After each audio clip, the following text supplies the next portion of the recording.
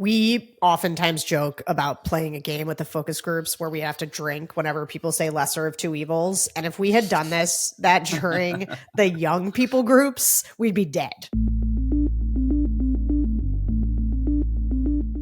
Hello, everyone, and welcome to the Focus Group Podcast. I'm Sarah Longwell, publisher of The Bulwark, and this week we are checking in on Gen Z. The recent New York Times Siena poll that everyone freaked out about had Joe Biden's approval rating with voters age 18 to 29 at 31% and disapproval rating at 65%. And Biden was only leading Trump by 1 point among young voters in that poll. My guest today is one of my favorite people to talk to about today's youth people. Peter Hamby, host of the Snapchat show Good Luck America and co-founder of Puck News, which I read religiously. Peter, thanks for being here. Thank you for having me, Sarah. As a old millennial, I love talking about Gen Z. I feel like an authority. What year were you born? 81. 81. Okay, so I was born in 1980, and for people like you and I, there is a subgenre. I don't know if you know this, called Zennials, which I believe is 78 to 82.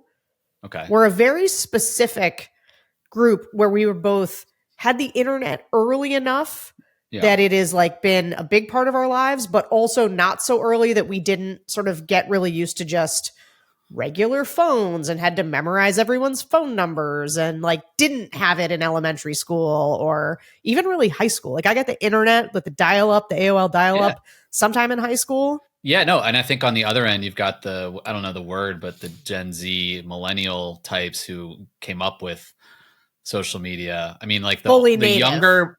Yeah. We got MySpace and Facebook and Friendster, I guess in 2003. Yeah, no, but we we have a little bit more of a touch point where we lived at a time when, if you were bored, you didn't have a lot to do. You just get in your car and drive somewhere and listen to CDs. I don't know. Or we grew up parked in front of the television.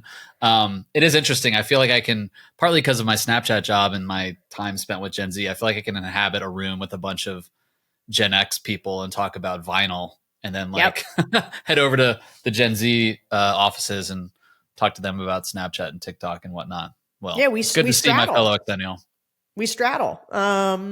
So we decided, I think before that poll came out and before everybody, because we are in a moment right now when this comes out on Saturday, we are in a moment where people are particularly freaked out about young people. Democrats are really freaked out about young people. And a lot of that has to do with what is a schism in the Democratic Party about Israel versus not just Hamas, but Palestine in general. But also just overall, Joe Biden's age sort of looms over the conversation around politics. And so, younger people having a tough time identifying with an 81, 82-year-old president is also an issue. And so I want to start, because you know so much about Gen Z and I've read a lot of what you've written, but why don't you just start with why do you think, well, first of all, because a lot of people have disputed whether or not it's actually true that there's backsliding among young people in Gen Z, but do you think it's true that we're actually seeing the kind of is the polling right that we're getting to a break-even point between Republicans and Democrats with young people? And what do you make of the backsliding? Why is it happening?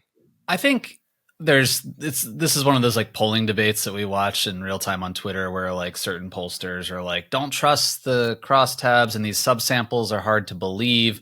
The New York Times Siena poll, as you mentioned, basically showed Trump and Biden at parity with young voters. I tend not to completely I think that can be true right now. I find it hard to believe that will be the case come next year. Biden has real issues with young people. I think that's right. I think that New York Times poll had 20% of self-identified Democrats saying they giving Biden disapproval rating, which is horrible for a Democratic incumbent president. And that number was higher among young voters of color.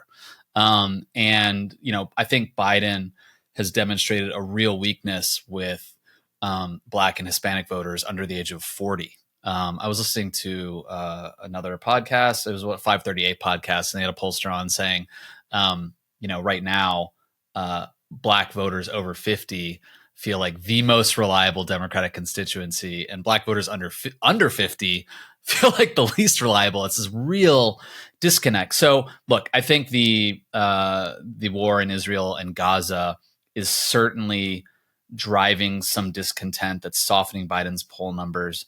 But those existed, that softness existed before Hamas, launched its attack on Israel. It's been there the whole time. It's gone up and down. Like there's been moments where, Biden is seen as fighting for young people, and he's effectively communicated that around certain issues. But, if all things being equal, if you talk to any of these Democrats in your focus groups, I think they prefer somebody other than Biden, but it's hard for them to come up with an idea of who.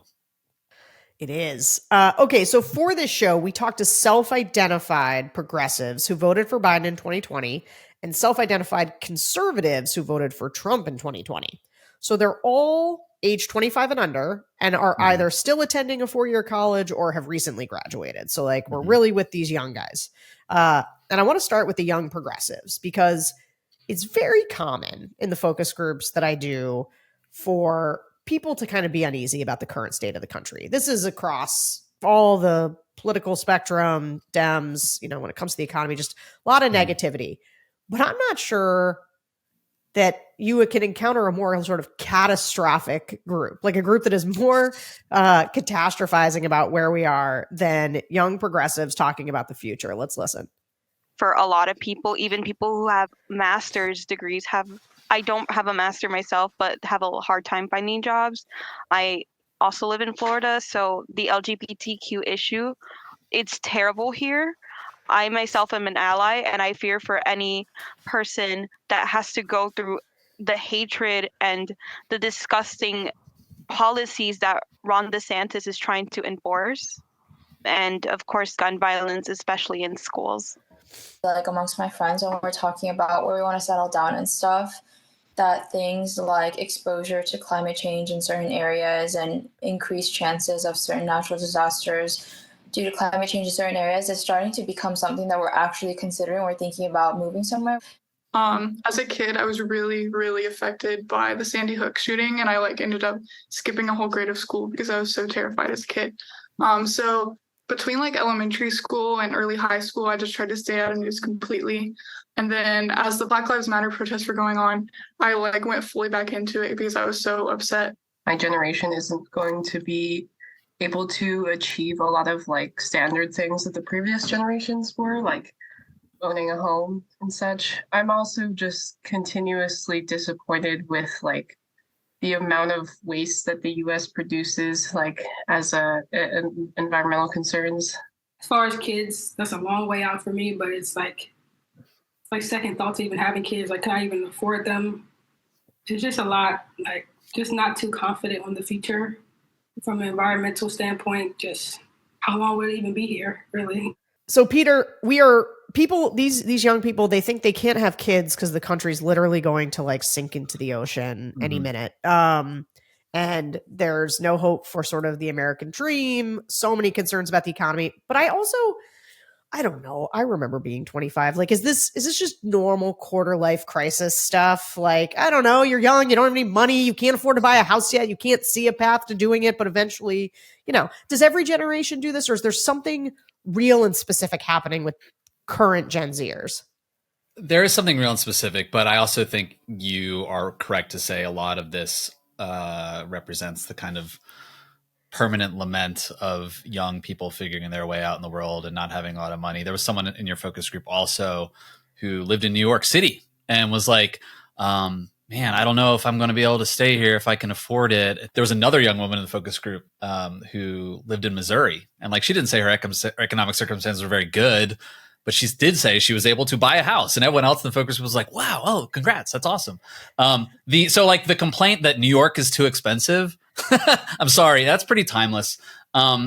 We can get it more into the effects of social media. I do feel like when you and I were in college, we didn't have the all of the language you have about like trauma and oppression and, all the psychological stuff that is now commonplace in the vocabulary of young people, and all of that is magnified by social media and gives people something to blame other than the fact that, yeah, you're 22 and figuring out your way in the world. Here's what I will say, though, to these folks' credit. One thing we have to realize and step back as millennials and understand is these folks that you were talking to came of age at a very different time than we millennials did. Yes, we graduated into a recession.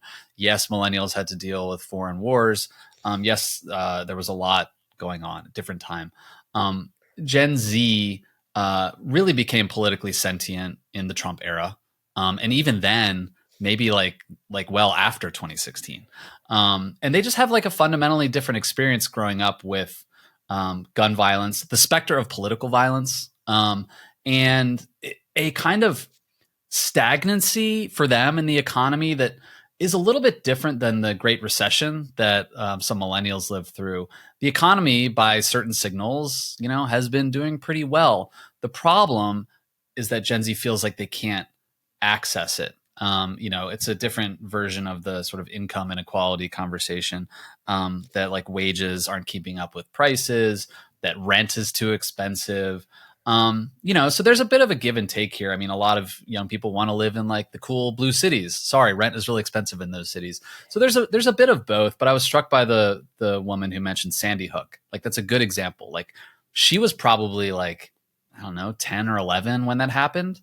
And she also said in that in the focus group that she had to like take a couple years off school later because she was so scared of going to school. That's so real. And so that generation is much more, has this baked in cynicism, partisanship, fear that I think a lot of millennials didn't have. A lot of millennials were like change the world types. They were in the era of Barack Obama. They were always posting about like, how cool it was to be involved in politics. This generation doesn't think politics and the system is going to work for them in any way. Yeah, I think that's right. I too felt there was a little bit, there's like a couple times I wanted to maybe roll my eyes. Like, some of these progressives are just, they're so on point, on brand, where it's like the one girl said something like, my grandma's really problematic sometimes. She said some really problematic things, and Joe Biden and my grandma are the same age. And so I think he probably is problematic too. And like, I want to laugh at those things. There was another couple of people who were saying that there was a conversation about free speech that Megan was. Yeah, we're going to get into that. Oh yeah. We're going to hit you with some of that. But just like even the phrase problematic, I was like, this is not a thing that existed when we were young. But I was also thinking about how, so again, because I'm on the older end of this millennial side of things, when the first bad thing that I remember happening was the Challenger exploding. Right. I remember that I was like 5 though. And like, that's my first memory.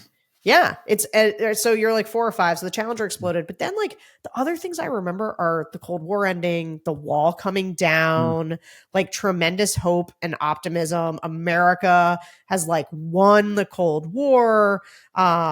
And like the wars that we were fighting, especially when I was a kid, like H.W. Bush, like these things we had victories, and also it was like far away. Like I couldn't really feel it. And then it's like, Bill Clinton with his saxophone, and like the big fights were over sexual immorality. And I became a young conservative at a time because I thought he was kind of a dirtbag, and I felt like the feminists were being hypocrites, and, but like that just all feels so quaint, quaint and modest. And I remember graduating into like a recession, and all my college friends talking about like, oh, there's a recession, but like, I don't know, everyone got jobs, everyone was fine. And so like, it wasn't, and I was in college when 9/11 happened. And I feel like that's, so these young people thinking about, and I was also in college when Columbine happened, which was the first real school shooting that was like in everybody's memory. They made there was a lot of art made about it. But it was also the beginning of these school shootings becoming not common, but not uncommon either. And I just think about the world that they grew up with that is post 9/11, wars constantly in Afghanistan and Iraq where we are not winning, with things coming out about America, I'm forgetting the name of the scandal where we were torturing detainees, those pictures that came out. Abu Ghraib. I just can think about a million ways in which the things that they did come up with, and then all of it on social media. Like my friends and I say to each other all the time, thank God we didn't have phones in high school. Yeah. So it is different. Like that is we came up in I think a more optimistic way. Absolutely. I've been evangelizing about this book lately that Chuck Klosterman wrote, came out last year, called The 90s. And it's a really good social history of the era. And, you know, that was the Fukuyama end of history time. It was also the last decade in world history where we were at once bombarded by constant media, television, magazines, newspapers, whatever. And yet there was no internet. And so like our memories worked differently at the time, and people could check out of society if they'd want to. And by that, I mean, they didn't feel compelled at every moment to have a take. They didn't need to go online and post because they couldn't. And that sort of gets to what I was saying. Like if you didn't want to participate in a march, you didn't have to. You could go hang out with your friends. You could get in a car and just drive around for a few hours. But he makes the point that he marks the end of the decade at 9/11. Like technically, like the world changed after 9/11. And like the big fights before then, it was like the V chip. But he does talk about Bush v. Gore. And like this was a huge moment. Obviously, in hindsight, it consumed the country. Everyone was talking about it. Everyone had a take. And then Al Gore came out, gave his speech. The Supreme Court, made their decision. There were certainly some protests after that. There was some anger, especially among Democrats for years. But like people mostly just went back to their lives.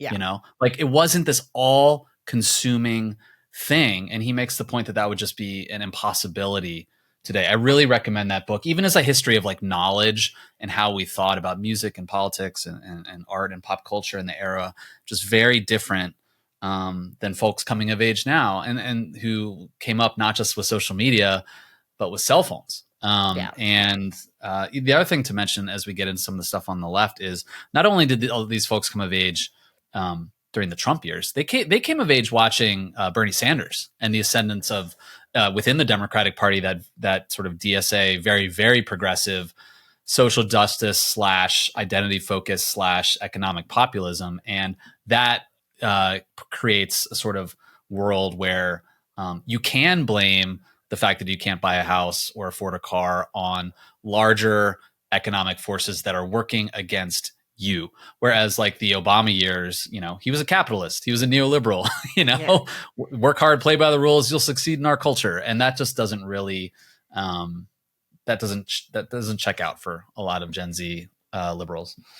Or Republicans, right? Mm-hmm. Because Trump also kind of does this populist thing, right? And I want to, we have stuff on this, but I want to finish on the progressives here though, because one of the things that was interesting is even though they very much reflected what we're seeing in the polls in terms of feeling like Biden is too old and is detached from them culturally, all of these things, they did all say they were going to vote, and they did all say they were going to vote for Biden. So let's listen. Mm-hmm.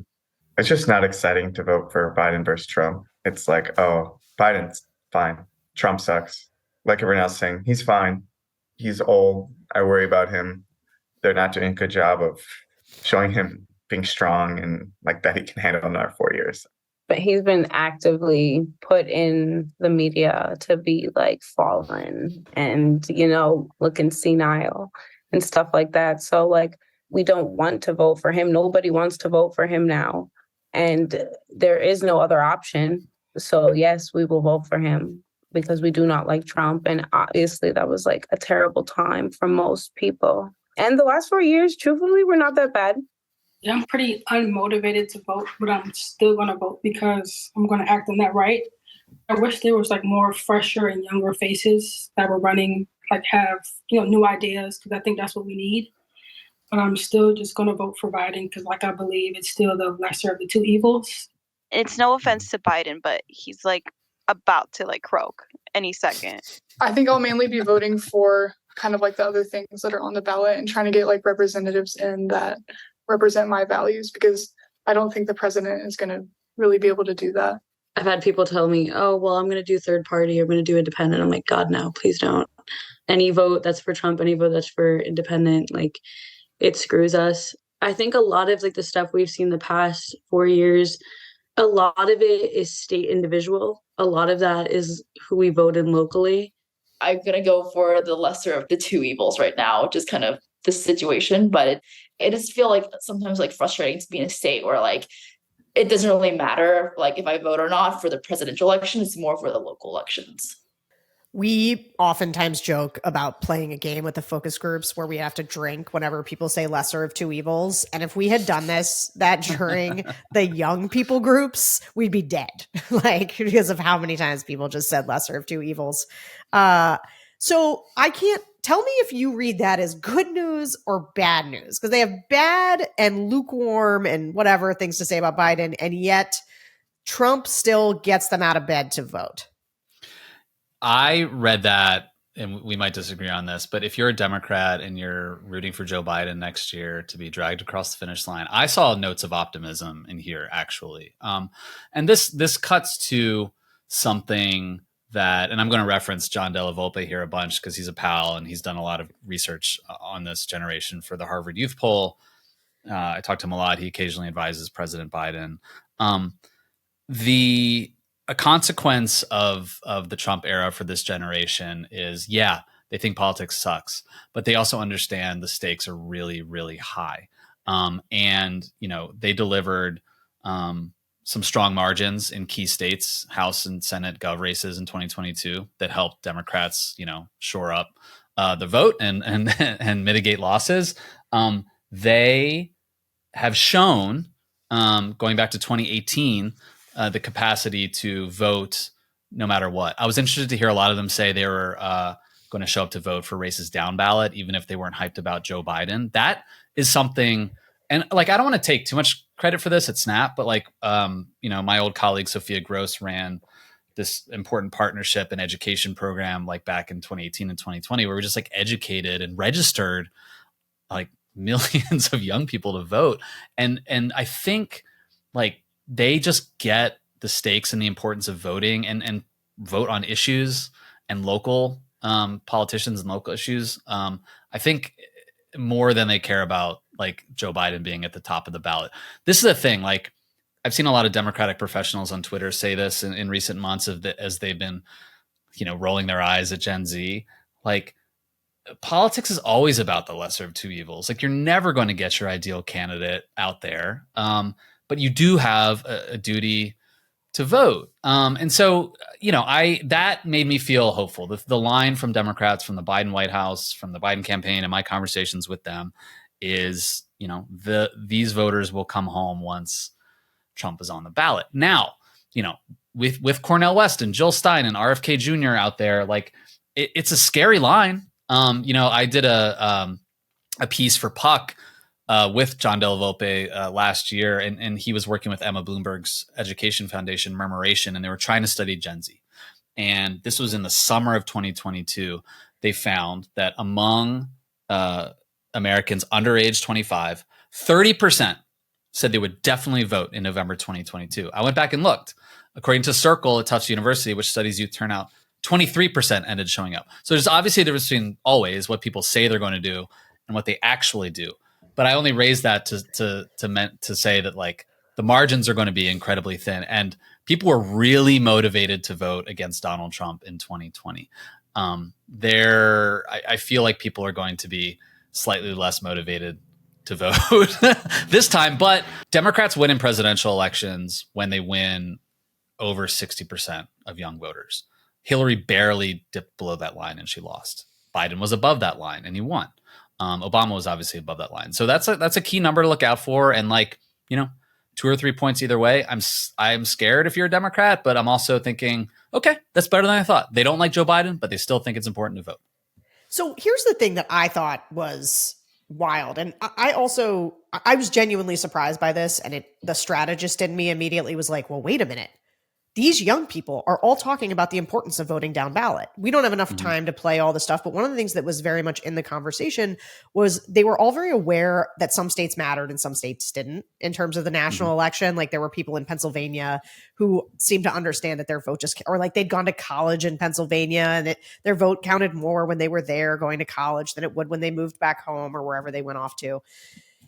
And I just thought their commitment to their local elections, that what they were really, and this is where abortion, I think, can become really powerful for Democrats, where even when I think Donald Trump can nullify or take some of the potency out of the abortion argument by sounding more moderate, which he often does, I think for young people in turnout, selling them on local elections suddenly to me like went blaring red listening to them. Like, actually, don't talk about Joe Biden. Talk about the lunatic Republican who's running in the local race and the Democrat who's there, and just get them to the polls on anything local. And like, that's a little inverse. I think a lot of times people are like, well, they're going to pay more attention to national politics. Or at least in more recent years, the whole like all politics is local stuff has really been falling away because of how much the national media has just nationalized politics. But I wonder if for young people, it can be the inverse. My experiences anecdotally and with, I think, some survey research show that Gen Z really cares more about local stuff than we give them credit for.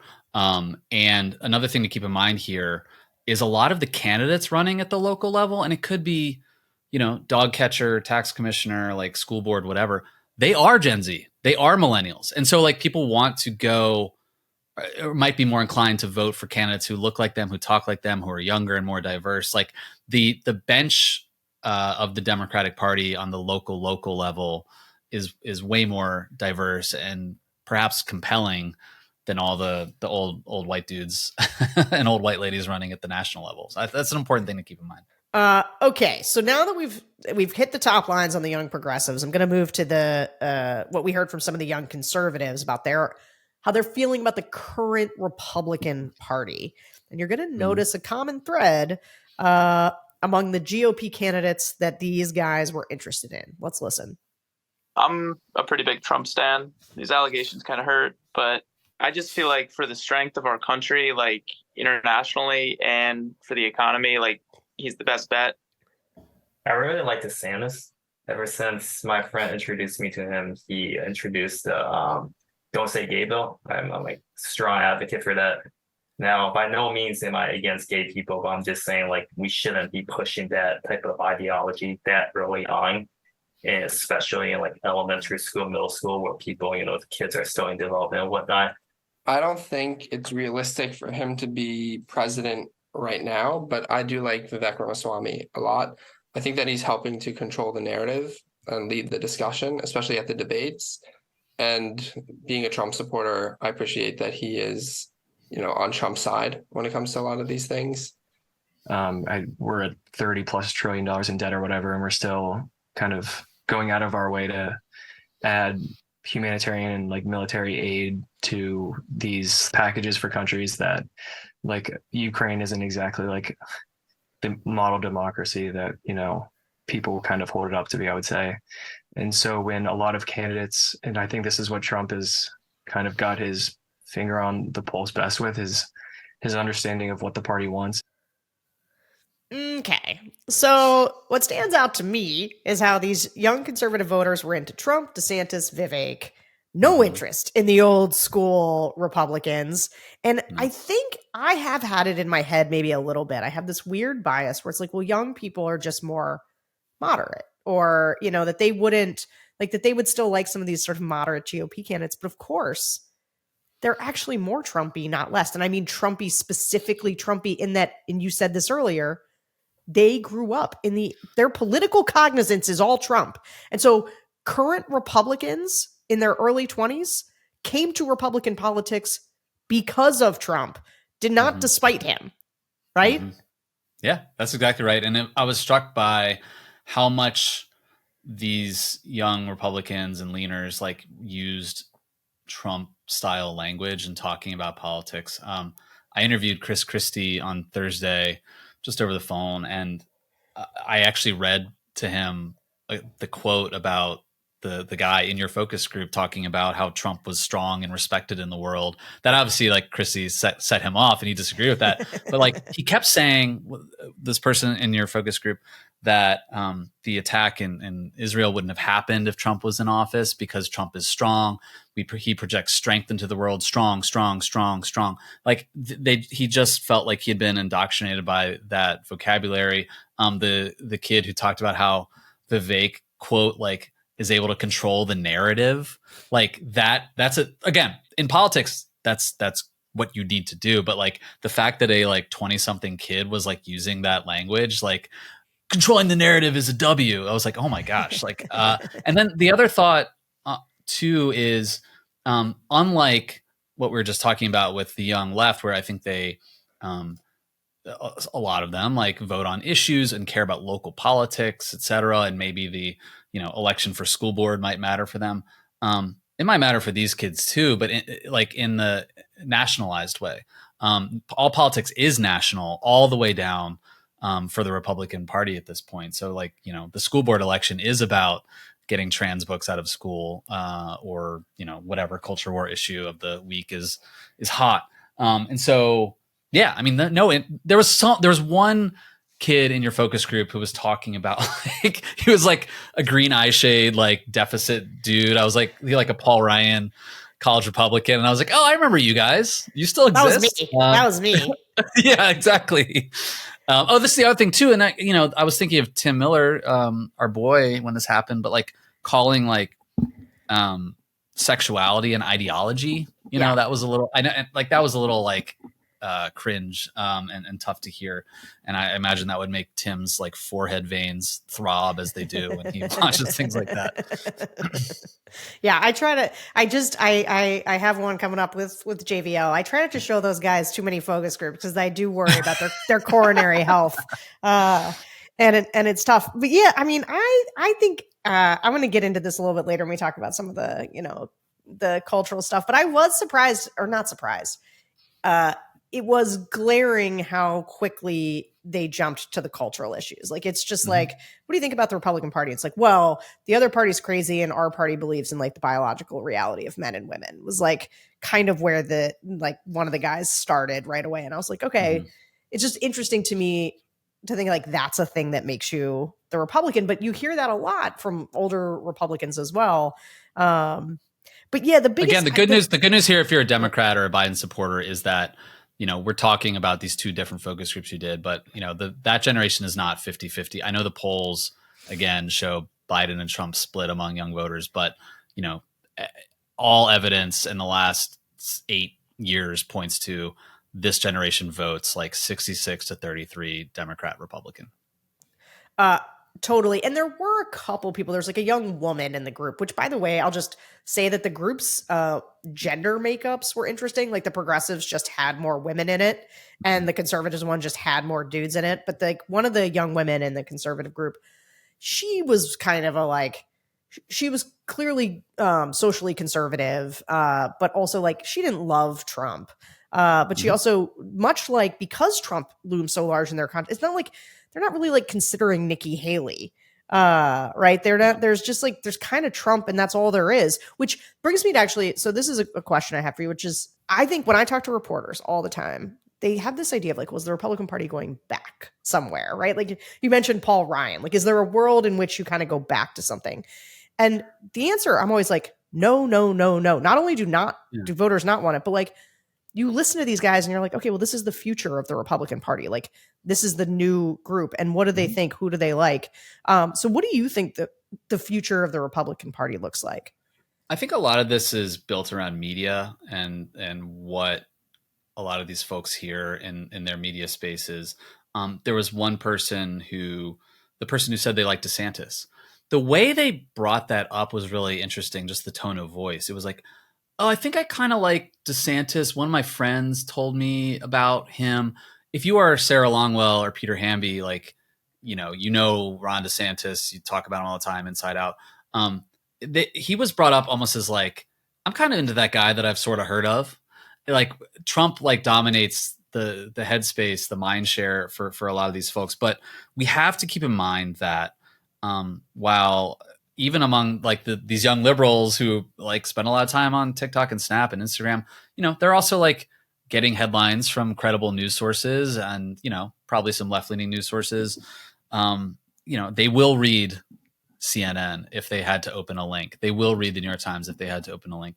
On the right, that doesn't exist anymore. And so, you know, you've got this whole generation of young conservatives who are reared on Turning Point memes and Ben Shapiro and Bannon and Bongino, and like they're certainly not watching cable news because like everyone in that generation, they're not watching any broadcast or cable news. And so, you know, the world where they're getting information is just full of Trump, Trump, Trump, or people who can act and behave like Donald Trump, like Vivek Ramaswamy.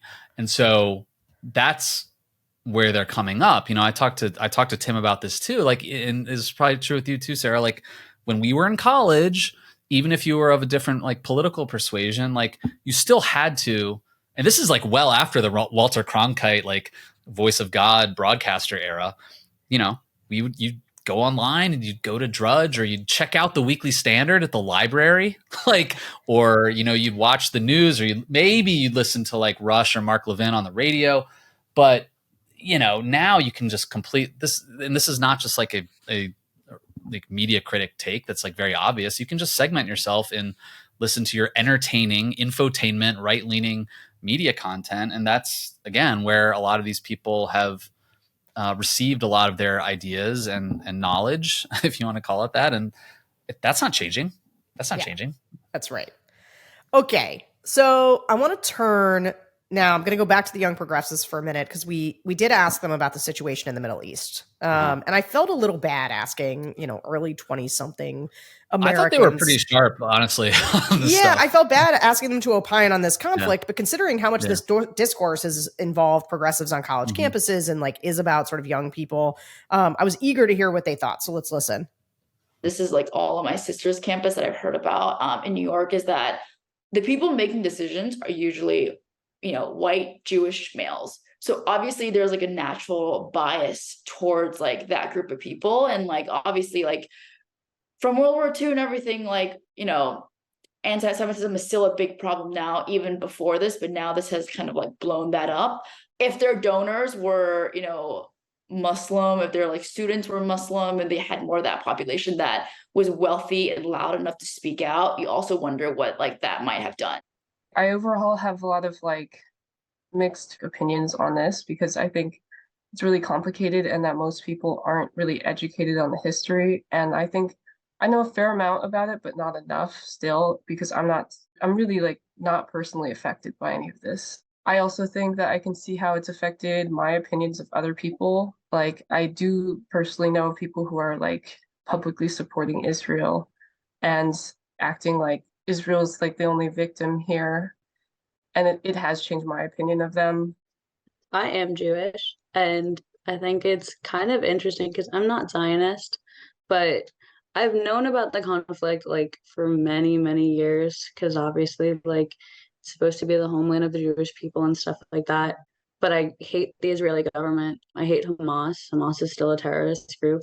And it's been an overwhelming month because like I know people there, people who live in Israel. I have a lot of Jewish friends and a lot of friends that are also like very pro-Palestine. And it's really tough. Like I can't be on Instagram half the time because I just get so overwhelmed and like disheartened. First and foremost, no citizen should be brutally murdered. And I think it has been horrible to see like people celebrating like Israeli deaths and then like Palestinian deaths as well. Okay, so you recently wrote about the way many Democrats are concerned about how younger progressives are reacting to the situation in Israel. Representative Jake Auchincloss said that Gen Z tends to collapse all the context of and history of the Middle East into a binary of oppressor versus oppressed. Given that, what did you make of these young progressives? One, like the woman there who said like, it's changed my opinions of people. I saw one person publicly expressing support for Israel as if that was like a deal breaker. Yeah. But on the whole, I actually, again, this is where you get away from the maximalism and, dichotomies of social media. A lot of these young people were able to balance multiple ideas in their head, and say, what a lot of people probably think, which is like, Bibi's government isn't awesome. Like, Hamas sucks. But I really fucking hate the fact, sorry, F-bomb on this podcast. I really hate the fact that, people are always posting about this. I need to log off. That's a very normal and real, relatable feeling, I think, for a lot of people. And I was appreciating the fact that they were able to just say, it's okay to hit pause. You don't need to like be posting all the time, be posting through it. And it was a different conversation, I thought, than what you're hearing, I think, online, and all of the examples that we're seizing on of like stupid people on college campuses. And, the one thing that just, I can't quite figure out about the young left on this is some of them out there, not the people in your focus group, accuse Biden of genocide, whatever. He's not the prime minister of Israel. Right. He's the president of the United States. He's certainly taking a strategy toward Israel that is, keeping Netanyahu close so he can negotiate with him and sort of bend the conflict in whatever direction is in America's best interest. Yes, we're sending them arms and money. At the same time, like, people are acting like Joe Biden is the one flattening Gaza, and they have to remember that, like, that's a big oversimplification. And there were, again, a lot of people in this focus group who seemed like, surprisingly to me, were like somewhat aware of the history here. And that is, again, once you start to talk to people in person in these focus groups, there's a very different political conversation than the one happening online. And that is true across stories, issues, political events. And it's been that way for 10 years. Talking to people in person is better. Yeah. The other thing I kind of liked that some of the kids in this group said were, they would say, like, I don't know enough about it. And like, they would like say some things, but they were like, I'm not an expert. And I'm like, good, because all of these young people, I mean, even me, this conflict, I mean, the amount of time I've spent going back to be like, what was the last accord? And like, what did Clinton do? And like, how did this all get this way? And who's who? The fact that many of them were willing to just say, I don't know enough, and I'm not going to go opine on social media about it every 5 minutes, and it's annoying that everybody else is. That's a good instinct. I appreciate that instinct. I loved it. I loved it. More of that, please. It's okay. Restraint is a virtue that is lost in our culture. Restraint is a virtue. Remember it. Yeah. I can just be like, I'm not sure. I'm not sure. I'm going to have to figure it out. Okay. So now I'm going to bounce back to the conservatives. This is the part you've been waiting for, where we did ask them to talk about free speech and cancel culture. Gen Z and college campuses are at the center of the cancel culture discourse in America today. So we deliberately screen these groups for folks who are either still on college campuses or graduated pretty recently, which I said before. A lot of the young conservatives talked about self-censoring when they're writing papers or participating in group discussions. Let's listen. I had a writing class. We talked about immigration, for instance, the wall, like that was back when. And I wrote a paper about it. It was spot on everything. Like, I had checked by even the writing center, and they still gave me a D for that paper when I had actually a Disney class about gender, and I wrote, what they wanted to hear, and I got an A+. So it's really impossible to really voice your opinions. I was at a leadership summit in College Jam. I was up for some sort of like activity reflection. And then I just brought up this simple fact. I was like, hey, men and women are physically different. Usually, most of the time, men are physically stronger than women. So I thought that was fine. Like, sure, it's probably a biological fact, right? So then after the activity, a few of they were my friends before. They said that that's not true. You got to do your science, check behind that. And I was like, oh, really? Needed like a writing class or some like specific requirements. And one of the classes that was available was like global gender and women's studies. And, a lot of these people are very liberal, and I was kind of like, nervous about voicing my opinion because I've heard of many articles of like, people kind of failing grades or things like that because they voice their opinions. So kind of like, I kind of like try to take a very soft approach and kind of like, plan my words carefully because I generally do not want to like, fail a class and then kind of like ruin my graduation. Okay. So I gotta say, so some people are gonna probably roll their eyes at the idea that we just heard discussed, that maybe you'd get a lower grade. But I will say, in my days as a campus conservative, I remember taking a gender, race, and sports class and easily received my lowest grade in college. And I think the more liberal elements on campus did make me want to double down a little bit on my conservatism. So do you think that college campuses, do they end up kind of radicalizing some of these conservatives? What do you think? Well, you mentioned that Puck piece I wrote with Jake and some other millennial Democrats in Congress, and they agreed with you. Richie Torres sort of said the same thing, that campuses have become illiberal. I think there's obviously that's an overheated take in some respects. I agree with you, though. Like, it's not any stretch of the imagination to imagine a professor or a TA giving you a bad grade because, one of your papers or one of your hand raised in class disagrees with the received wisdom on any given topic. I mean, that's always been there. It's also like, I don't know, like when I was in college, my professors were authority figures. Now that I'm old enough to be a professor, I realize how many of my peers are morons, left and right. And it's just like people are susceptible to bringing their personal politics and their social media diets into the classroom. So that's not crazy to imagine. I don't necessarily think that like out in the, hallways and audience halls of campuses and arenas that like free speech is being censored, but I can see how. And by the way, I heard this. I remember going to the University of South Carolina for Good Luck America back in 2016, and interviewing college Republicans on campus there. Oh yeah, we also went to SMU and we went to Berkeley, interviewed college Republicans at these 3 campuses all over the country. All of them at the time said what those kids just said there, which is they were sort of afraid to like raise their hand in class, in a classroom environment, or afraid to write something in a paper because they were afraid they would get a lower grade. I think that's not a crazy thought, actually. I agree with you. Yeah, I mean, I don't know.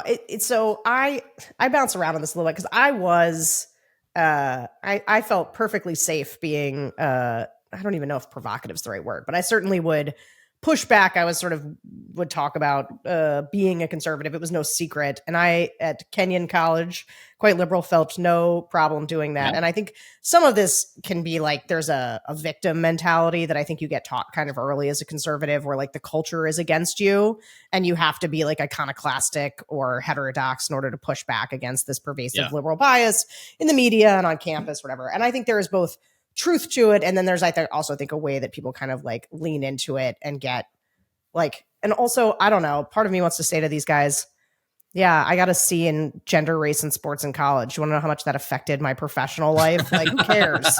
Who cares? Yeah. Like, and also, if you don't want to get a C talking about those things, like, don't take that class. Like, take a different class where that stuff's not. If you take a class called gender, race, and sports, you like sort of know what you're in for. Yeah, that's true. I also think like, this was my experience in a lot of ways. I went to Georgetown, and their theory of education, those Jesuits, is like, if you have robust epistemological debates in the classroom and on campus, whether you agree or disagree, that's a good thing. Like, it's teaching you how to think and how to joust. And a good professor theoretically would, even if they like somehow disagree with your politics, still be willing to be like, okay, this person did the work. And, here's your proper grade. That's how I sort of think it should work. But, I'm not in college today, so who knows? Yeah. I don't know. I sort of think that's one of these, like, the more things change, the more they stay the same things. Like, this conservative sounded exactly like the rest of, like, the conservatives I knew when I was in college. You're the 4th person in my life who went to Kenyon. Oh, really? Tommy Vitor, Pod Save America, went to Kenyon. He and I were in the same class. Oh, okay. There you go. And then my two best friends from high school, Nat and Kellen, both went to Kenyon. I went to visit and hang out with them multiple times. Oh wow, we would have been, if you're only a year younger, we might have been there hanging out. We would have been hanging out with the Amish. Yeah, that's right. That's right. Well, I'm from Central Pennsylvania, so I grew up hanging out with the Amish. So I was doing that my whole Not like some of these kids who came to Kenya and were like, ooh, I got to buy some apple butter for the first time. Anyway, all right. So just for our last segment here as we wrap up, one of my favorite things is when you ask one of these groups sort of what they think about the other group thinks of them, right? So we asked some of the progressives, and we didn't hear much sympathy for their conservative peers on free speech. And they also thought of cancel culture as a good accountability mechanism. Let's listen. They have ways of getting out their beliefs. When I was in college, I don't know if it was every semester or every few semesters, people would come in, like Republicans or like conservative students would plaster giant pictures of aborted fetuses, dead fetuses, and say, abortion's terrible. This is why you shouldn't support abortion. And this is why I don't support abortion. And there had to be police around the area just so there weren't fights or anything. I think they want to create this idea that they're going to be so, oh my gosh, I can't speak my truth. Like, I can't, like, you know, talk about like my beliefs. But like, nobody's going to like hark on them about, oh, you think this economic plan is, you know, better. Most of the stuff that conservatives and college campuses are talking about are not economic, whatever other parts of government. When they're talking about like conservative ideals, it's mostly social. It's mostly hate speech and just mean things. I think people question a lot whether, like, after somebody's been canceled, if they can like have a redemption or not, I guess. And I feel like a lot of the time it's no. Like, you can't just continue like with the platform that you have, and like the consequences of being canceled is that you don't get like a redemption. But I think that people can always like still be better. A lot of the people complaining about cancel culture are people that are just upset that they're being held accountable. And it makes me think also back to like, you know, we're all younger here. Like when we were first getting on the internet and like posting on social media and stuff, I feel like our parents and grandparents were like, oh my gosh, watch what you post. Like you can't put anything out. And I remember having a whole library discussion on your email address, not even having your name or your age in there. And yet it tends to be the older generations that are now, you know, getting called out for stuff that they did when they were younger. Maybe you shouldn't have sexually assaulted somebody 20 years ago. That's going to follow you. And it's okay that it follows you because you shouldn't have done it. Man, I couldn't. AI, if you just said like AI, young progressives, whatever, I think they could have nailed that, right? It was like, it's hate speech. This is good accountability. It's the older people who are really like, it was good. It was good. Did you find them to be, I found that to be a mix, actually. Like sometimes some of it's like very rational and good. You say. Yeah, no, I agree with you. It was a mix. I had a mix of feelings, this and that. Some of it felt like the coddling of the American mind come to life. You know, someone, you know, said that certain kinds of speech should be outlawed and should become a federal crime, you know, you know, if you say a slur, which is bad. But I did appreciate that one person said like words and language can cause violence rather than like language is violence. That's, you know, language is not violence. But yeah, like overheated rhetoric can lead to violence. January 6th being a good example of that. I did, another place I agreed with them too a little bit is, and this cuts to the conversation we had about young conservative media. There are a lot of young conservatives who are, you know, mischievous and rebellious, and they are deliberately trying to be provocative on campuses. And going back to even before Donald Trump, I mean, like Ben Shapiro and Steven Crowder, you know, post up on campuses.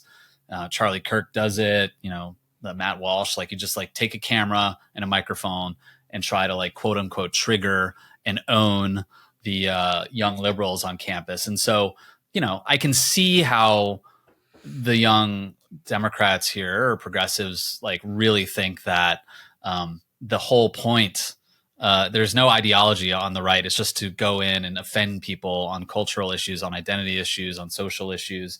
You know, one person brought up Milo. I mean, that was his whole bit back in like 2017, was just like, go to Berkeley and like see what kind of protests happen. But yeah, I mean, then on the flip side, like, you know, Milo's not punching you in the face. Like, you let him speak. Don't go to the thing if you don't want to. Like, yeah, he sucks. Yeah. Go do something you want to do.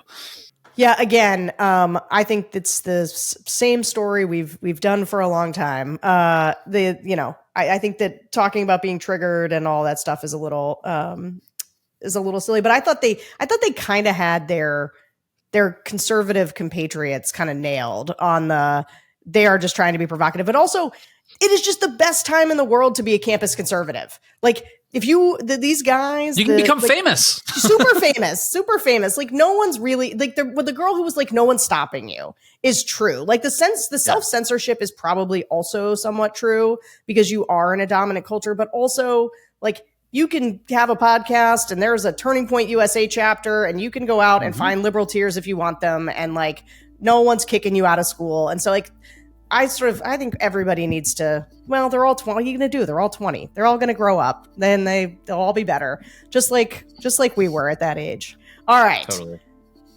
Peter Hamby, thank you so much for doing this. And thanks to all of you for listening to the Focus Group podcast. We've got a couple more shows to go this year. You won't want to miss any of them. Take care out there. Thanks again, Peter. Thank you. Happy holidays.